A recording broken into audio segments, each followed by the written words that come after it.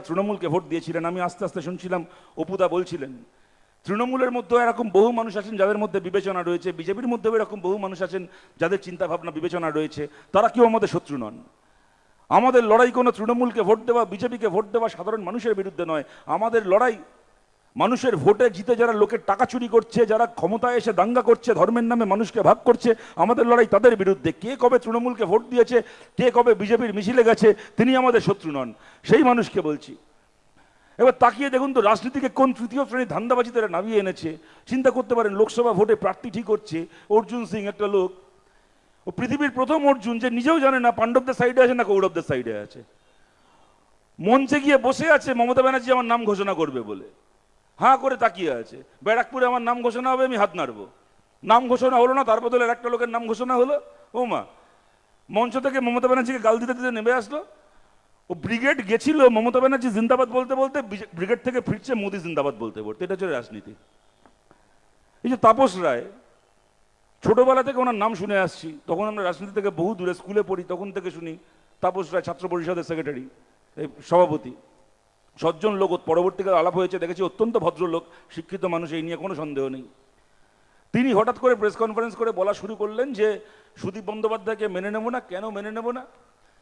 না, বলছে সুদীপ বন্দ্যোপাধ্যায় আমাদের দলনেতা লোকসভায়, তার কাজ হচ্ছে ওখানে মোদির বিরুদ্ধে লড়াই করা, এদিকে সে হচ্ছে 1 নম্বরের মোদির এজেন্ট, ওকে আমরা মেনে নেব না, ও মোদির সঙ্গে সেটিং করে।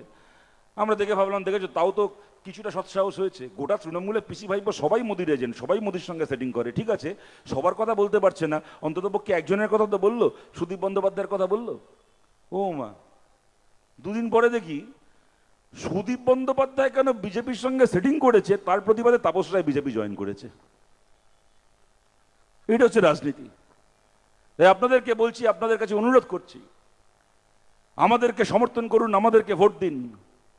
শুধুমাত্র তৃণমূলকে আর বিজেপিকে হারাবো বলে নয়, রাজনীতির নামে এই তৃতীয় শ্রেণীর ধান্দাবাজিকে হারিয়ে সত্যিকারের ভাত কাপড়ের লড়াইকে রাজনীতির কেন্দ্রীয় আলোচ্য বিষয় করব। এই জন্য আমরা লড়াই করছি, কমিউনিস্টরা চেষ্টা করছে। আপনারা এই লড়াই, আপনারা আমাদের পাশে থাকুন। আজকে আমাদেরকে নিয়ে ওরা বলছে কি হবে আমাদেরকে ভোট দিয়ে, ইন্ডিয়া জোটকে ভোট দিয়ে, বামপন্থীদেরকে ভোট দিয়ে। আমাদের জোটে এতগুলো দল রয়েছে, এতগুলো নেতা রয়েছে, ওদের একটা পার্টি, একজন নেতা, একার ক্ষমতায় ওরা সরকার গঠন করবে। জোট সরকার দুর্বল সরকার হবে, এক পার্টির সরকার শক্তিশালী সরকার হবে। আপনাদের মনে আছে 2004 সালে বামপন্থীদের সমর্থনে কংগ্রেসের নেতৃত্বে জোট সরকার তৈরি হয়েছিল। ওই জোট সরকার ভারতের মানুষকে 100 দিনের কাজ দিয়েছিল, কোনো এক পার্টির সরকার দেয়নি। আমাদের জোট সরকার ভারতকে 100 দিনের কাজ দিয়েছিল। আমাদের জোট সরকার ভারতের মানুষকে রাইট টু এডুকেশন, বিনা পয়সায় পড়াশোনা করার অধিকার দিয়েছিল। কোনো এক পার্টির সরকার দেয়নি, আমাদের জোট সরকার দিয়েছিল।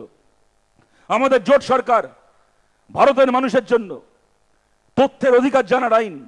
আজকে বিজেপির কোটি কোটি টাকার দুর্নীতি ছেড়ে দিন, কোনো একটা পঞ্চায়েতে, কোনো একটা পুরসভায় তৃণমূল কংগ্রেসের 50 টাকার দুর্নীতি যদি ধরা পড়ে, ধরা পড়ছে, তার কারণটা হচ্ছে আমাদের শুরু করে যাওয়া তথ্যের অধিকার জানার আইন রয়েছে বলে।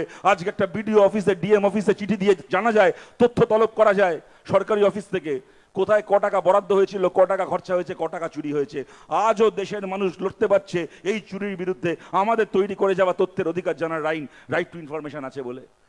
আমাদের জোট সরকার তপশিলি সমাজের মানুষের জন্য, আদিবাসী মানুষের জন্য চাকরিতে, শিক্ষায় রিজার্ভেশনের সুযোগকে আরো প্রসারিত করেছিল, গণতান্ত্রিক করেছিল। আমাদের জোট সরকার করেছিল, কোনো এক পার্টির সরকার করেনি। আর এক পার্টির সরকার আমাদেরকে কি দিল? 115 টাকা দামের পেট্রোল, 105 টাকা দামের ডিজেল, ওষুধের 3 গুণ দাম, সর্ষের তেলে 4 গুণ দাম। আর তারপরে ইলেকট্রাল বন্ডের টাকায় কতগুলো চ্যানেলকে কিনে রেখে তাদেরকে দিয়ে রাত দিন নাম জপ করাচ্ছে যে মোদি ক্ষমতায় আসছে, মোদি ক্ষমতায় আসছে, মোদি মোদি মোদি করছে। আপনাদেরকে বলছি 2 মাস আগেকার ঘটনা, 8ই মার্চ আন্তর্জাতিক নারী দিবস, আপনাদের মনে থাকবে হয়তো। সকালবেলা হঠাৎ করে মোদি ঘোষণা করলেন যে সিলিন্ডারের দাম 100 টাকা কমিয়েছেন। ভালো কথা। যেই না ঘোষণা করেছেন, দেখলাম একদল সাংবাদিক, বিশেষ করে হিন্দি চ্যানেলগুলোর সাংবাদিক, তারা ক্যামেরা নিয়ে বেরিয়ে পড়েছে, এলাকায় এলাকায় যাচ্ছে, যেখানে মহিলাদের ভিড় দেখছে, মহিলাদেরকে গিয়ে জিজ্ঞেস করছে, अच्छा ये जो मोदी जी ने सिलेंडर का भाव 100 रुपए कम कर दिया, आपको कैसा लग रहा है? तो बोलून একটা জিনিসের দাম কমলে কে বলবে খারাপ লাগছে, যে কেউ বলবে ভালো লাগছে, বলছে হ্যাঁ अच्छा लग रहा है। तो ये जो मोदी जी ने नारी दिवस पे देश की माँ बहनों को ये तोहफा दिया, आप मोदी जी को क्या थैंक यू बोलना चाहेंगे? সে ভদ্রমহিলা সকালে বাজার করতে করতে ভাবছে কোন পাগলের পাল্লায় পড়লাম সকাল সকাল, এসে বলছে প্রধানমন্ত্রীকে থ্যাংক ইউ বলছে, হ্যাঁ থ্যাংক ইউ যাও বাড়ি যাও বলে দিয়েছে। অমনি ক্যামেরার দিকে তাকিয়ে চেঁচাতে শুরু করেছে, देखिए देश के भाई और बहनों, देश की माँ बहने मोदी जी के थैंक यू बोल रहे मोदी मोदी मोदी मोदी করে জীবনে তোবার বাপের নাম নেয়নি যতবার মোদি মোদি মোদি মোদি করে যাচ্ছে। আর টিভিতে দেখতে দেখতে ভাবছি এদের দালালি নাবতে নাবতে কোথায় গিয়ে পৌঁছেছে। আপনারা চিন্তা করুন, যেদিন মোদি ক্ষমতায় এসেছিলেন সিলিন্ডারের দাম ছিল 460 টাকা। 460 টাকা সিলিন্ডারকে একটা লোক বসে বসে 500 করলো, 600, 700, 800, 900, 1000, 1100, 1200 করলো। তখন এদের ক্যামেরাগুলো আলমারিতে বসে ডিম পাড়ছিল। কারো ক্ষমতা হয়নি একটা ক্যামেরা নিয়ে লোককে গিয়ে জিজ্ঞেস করে, এই যে মোদি 400 সিলিন্ডারকে 1200 করলো, আপনাদের কেমন লাগছে? আর তারপরে 1200 সিলিন্ডারের যখন 100 টাকা দাম কমাচ্ছে তখন বলছে মোদিকে আপনাদের কেমন লাগছে? আরে দাদা, মোদিকে যদি বা ভাল লাগে, এই দালালগুলোকে কদিন সহ্য করবেন বলুন তো, মোদির দালালগুলোকে? আরে আমাদের তো মানুষকে জিজ্ঞেস করতে ইচ্ছে করে আপনাদের কেমন লাগে। যখন মাসের 24 তারিখ 25 তারিখ দেখেন সুগারের ওষুধটা, প্রেশারের ওষুধটা শেষ হয়ে গেছে, দোকানে কিনতে গিয়ে দেখেন গত মাসে এক পাতা ওষুধ যে দাম দিয়ে কিনেছিলেন ব্লাড প্রেশারের ওষুধ, এখন তার থেকে 2.5 গুণ দাম দিয়ে কিনতে হবে। নিজেকে বোঝান যে আর তো মাসের 5 দিন বাকি আছে, 6 দিন বাকি আছে, ছেড়ে দিই, সামনের মাসে ওষুধটা কিনবো। ডাক্তাররা বলেন দরকার হলে একবেলা খাওয়া ভুলে যাবেন, তবু প্রেশারের ওষুধ খেতে ভুলবেন না। সেই ওষুধ না কিনে যখন দোকান থেকে ফিরে আসতে হয় তখন ভাবুন তো কেমন লাগে। কেমন লাগে যখন দেখেন চোখের সামনে যে ছেলেটা, যে মেয়েটার লকডাউনের সময় একটা 20,000 টাকা মাইনের কাজ করছিল, কোম্পানি বলে দিল হয় কাজ থেকে তোমায় ছাঁটাই করা হবে, নাহলে তোমার আজ থেকে মাইনে 12,000, এই মাইনে কাজ করো, লকডাউনে এর চেয়ে বেশি মাইনে দেওয়া যাবে না। আজকে লকডাউন শেষ হয়ে সব শেষ হয়ে গেছে, তবু তার মাইনে 12,000 থেকে আর 1 পয়সা বাড়েনি।